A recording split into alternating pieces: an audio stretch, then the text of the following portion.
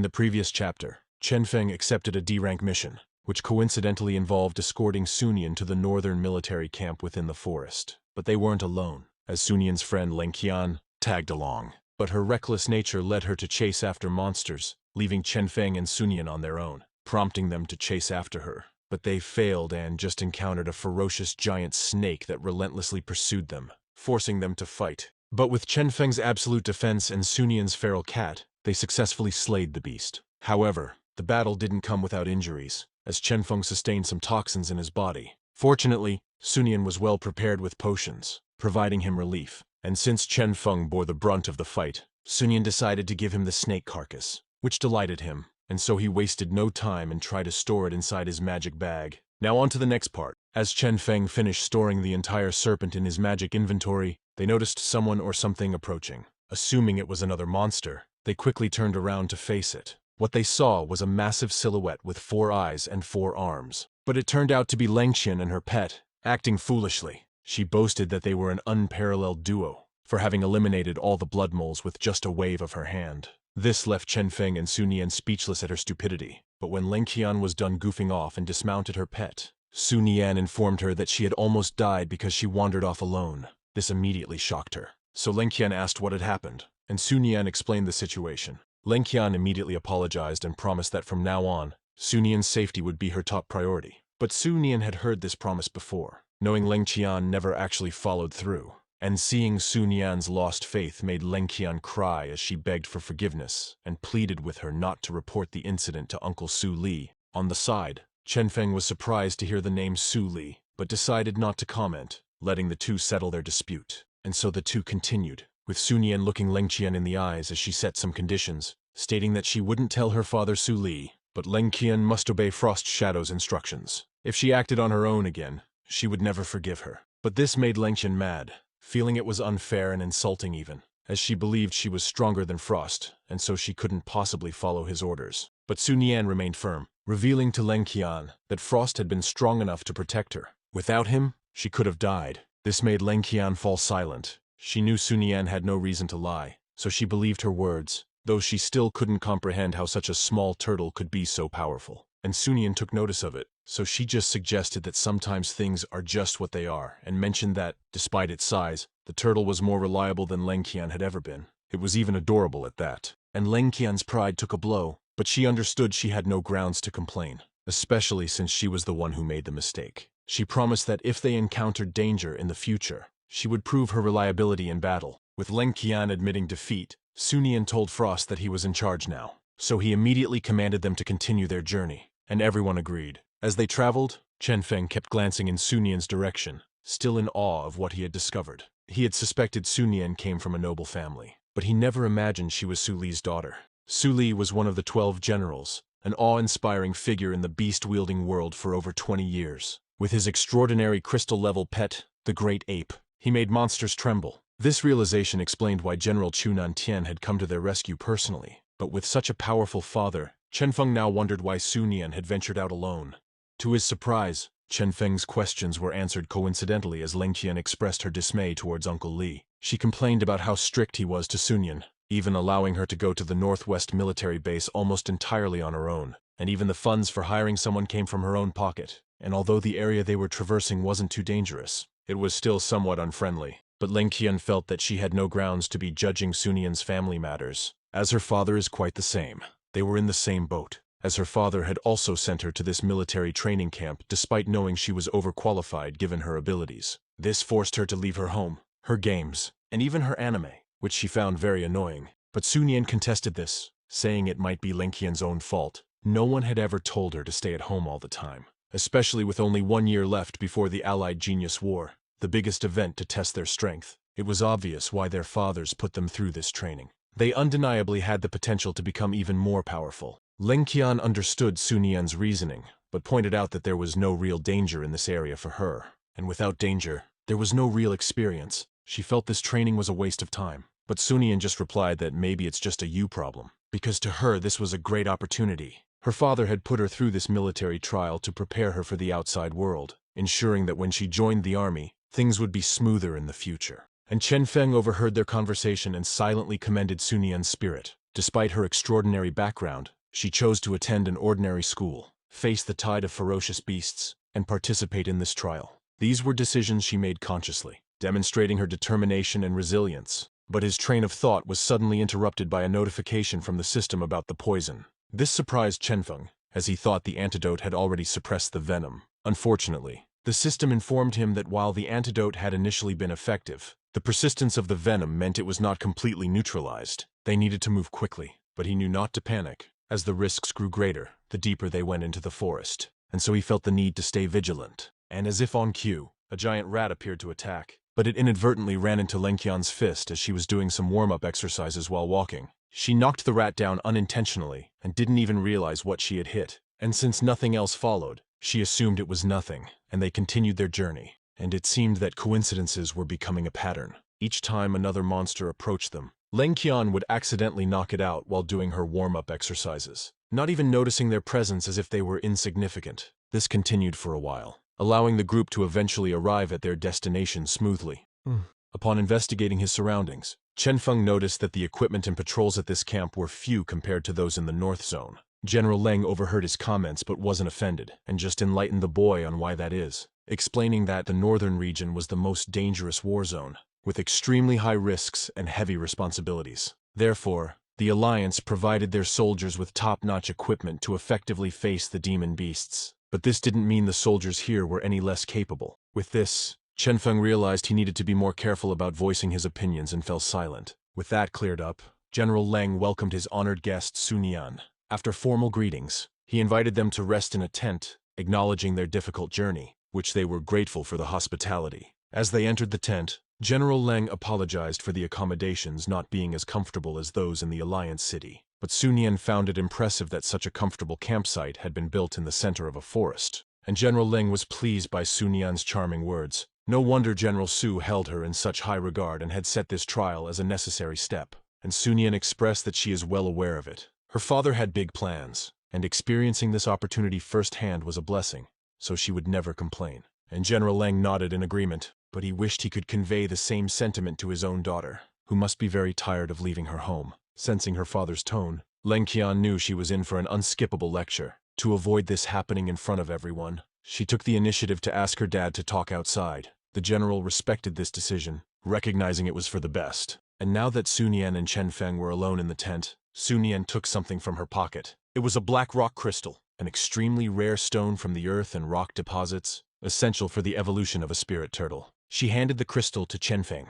believing he would need it. And she was right, although Turtle Bro needed to advance to the ferocious level before he could use it. But still, Chen Feng hesitated to accept such an expensive item, but Sun Yan insisted. She pointed out that he had saved her twice, and this was the least she could do. And wouldn't he agree that her life was more valuable than the stone? With that reasoning, Chen Feng couldn't refuse, so he accepted the gift, making Sun Yan happy. And with his mission accomplished, Sun Yan asked what he planned to do next. Did he think about going back or staying with her? She admitted to feeling a bit anxious about the training, but believed everything would go smoothly with him by her side. She offered to talk to her Uncle Leng if he wanted to stay. This was Chen Feng's chance to get close with Shawty, and with a noble lineage at that. But my boy Su Yang is a man of sheer will and determination, declining her offer as he have matters of his own to deal with. But there is one thing he could promise to her, and that is, if he decided to join the military in the future, he would let her know. And he hopes that when that time comes, she wouldn't pretend not to know him. And Sun Yan understood but wasn't happy with his decision, but still wished him success in advance. Still, as Chen Feng stood up, Sun Yan looked at him intently, admiring his undaunted will. He faced waves of terrifying monsters head-on without hesitation to save his friends. So even with Sun Yan's hard training, she felt she couldn't compare to him, making her want Chen Feng to stay with her even more. Unexpectedly, as Chen Feng was heading to the exit, he was met by General Leng, who wore a very angry expression, and seeing Leng Qian sulking nearby, it seemed their conversation had not ended well. But General Leng wasn't angry with Chen Feng. In fact, he was grateful to him for bringing the girls safely, as Leng Qian had told him that he was the reason they arrived so quickly. And out of respect, he wanted to know his name. Chen Feng honored this request, introducing his name rather than his code name. And although it was a privilege to talk to a general, he admits he couldn't stay long to chat as he wanted to leave the forest while the sun is still out. And General Leng understood and let him go. As Chen Feng left, General Leng asked Sun Yan how powerful Chen Feng was, so she answered truthfully, explaining that despite having an ornamental pet, he successfully defeated a ferocious grade snake demon, so she could confidently say that Chen Feng is him.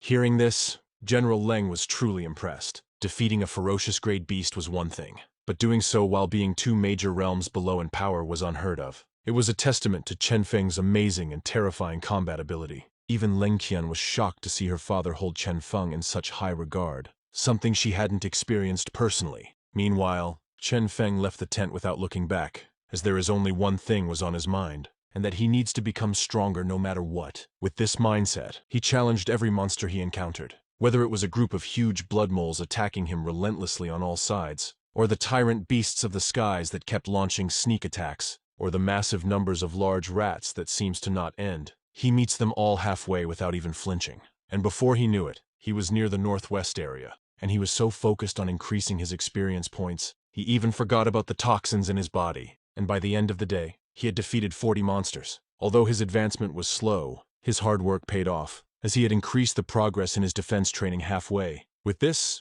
he decided that was enough for today. So he collected all the monsters he defeated into his magic bag, knowing they could be sold for a good price. And as night approached, he believed it was best to leave quickly, as the area was more dangerous after dark. So Chen Feng made his way back through the gates, and a few moments later, he was at his apartment. He was about to sleep, but remembered the monsters he collected, and due to the amount of it, he made a mental note to sell the monsters right away, as he doesn't want his magic bag to start smelling bad. After that, he also remembered the toxins still in his body, prompting him to ask the system for an update on his toxin resistance upgrade. And the system showed that Chen Feng was almost halfway to having his bloodstream fully covered with poison, but his poison resistance was already at 89, which was a significant advantage. With this high resistance, he didn't even feel the toxins affecting him. Delighted, he realized he only needed 11 more points to reach the first stage of poison resistance. Confident that this goal was achievable, he wasn't worried about the poison overpowering him, and so he decided to do nothing about it and just lie on his bed. And speaking of abilities, last time, he gained the defense passive after enduring 100 physical attacks, so he wondered what benefits completing the toxin resistance training would bring. Would he gain another resistance skill, or become immune to any poison? Excited by the possibilities, Chen Feng drifted off to sleep. And so that was the last time Chen Feng was ever awake.